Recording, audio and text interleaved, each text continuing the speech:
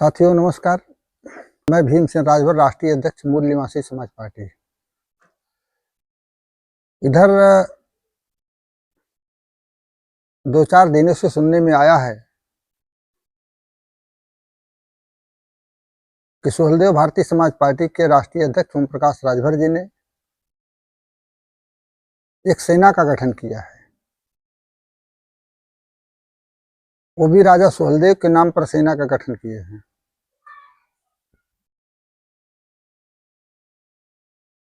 तो मुझे लगा कि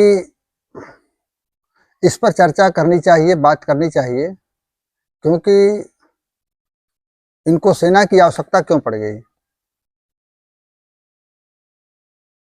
हम लोग देख रहे हैं कि देश के अंदर एक सेना है, भारतीय सेना, जो बॉर्डर पर है, देश के दुश्मनों से लड़ रही है।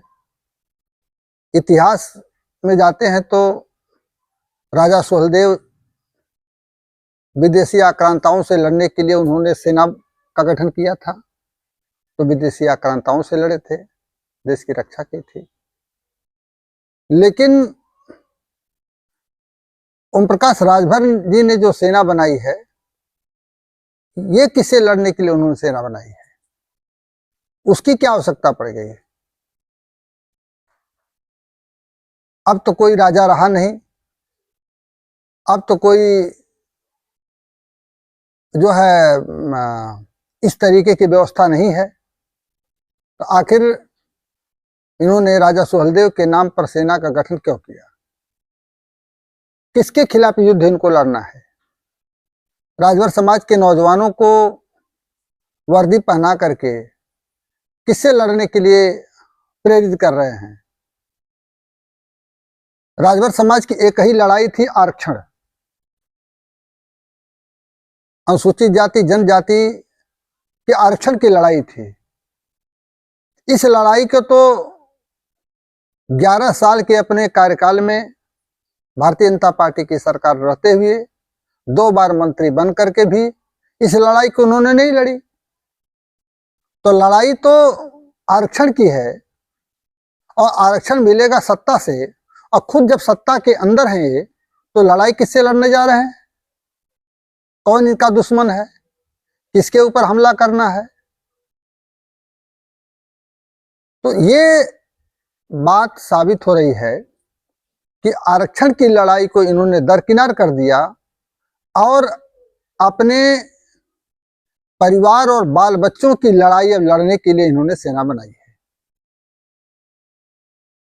एक बार भी आरक्षण का नाम नहीं ले रहे हैं, टिकट का नाम ले रहे हैं, विधायक बनने का नाम ले रहे हैं, मंत्री हैं, लेकिन आरक्षण का एक बार भी नाम नहीं ले रहे हैं, और उल्टा सेना गठित कर रहे हैं। राजभर समाज के नौजवानों को वर्दी पहना रहे हैं। अगर रिजर्वेशन मिल गया होता तो आज जो नकली वर्दी पहन रहे हैं, ये सभी लड़के असली वर्दी पहनते। 20,000, 25,000, 50,000 रुपया महीना इनके घर में जाता।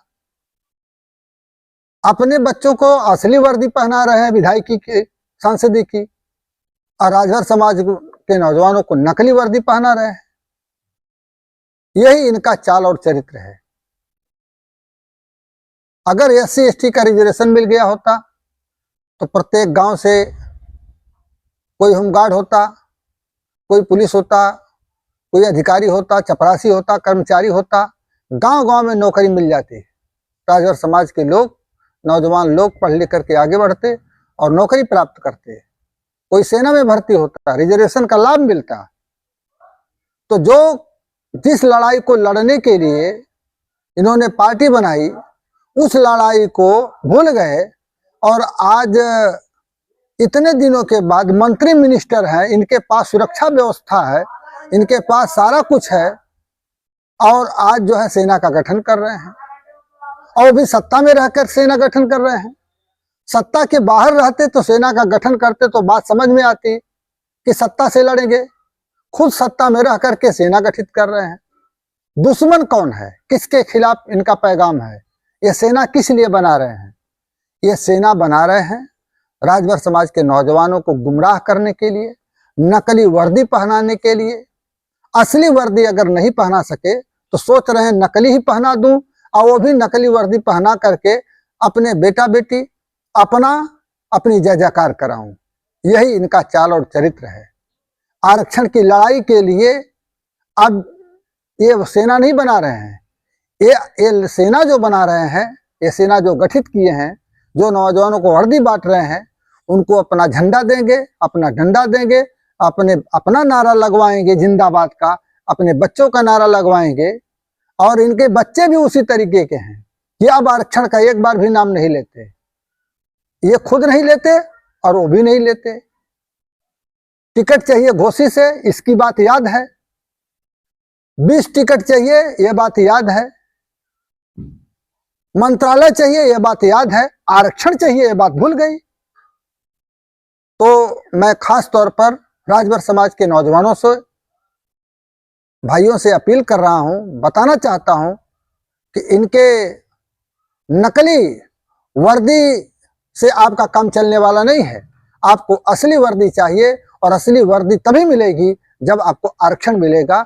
इसलिए आप इनके गुमराहों में, इनके बरगलाने में मत आइए, और इन्हीं बातों के साथ में आरक्षण की लड़ाई को मजबूत बनाइए, और उसे लड़ करके, और अंतिम बात कहते हुए कि या तो ये इस पद से, अपने मंत्री पद से इस्तीफा दें, अथवा आरक्षण दें। अब तो ये आर पार की लड़ाई है। यदि आरक्षण नहीं दिलाएंगे तो इनको इस्तीफा देना पड़ेगा, और ये लड़ाई, यही अब लड़ाई रह गई है राजभर समाज के। यही लड़ाई रह गई है कि या तो आरक्षण दो और नहीं तो इस्तीफा दो। भारतीय जनता पार्टी आरक्षण देना चाहती है, लेकिन भाजपा के सारे शीर्ष नेता ये कहते हैं कि यह जो इनके साथ जनाधार है, समाज ने इनको समर्थन दिया है, तो ये तो आरक्षण की बात एक बार भी नहीं करते हैं। आप लोग क्यों आरक्षण मांग रहे हैं?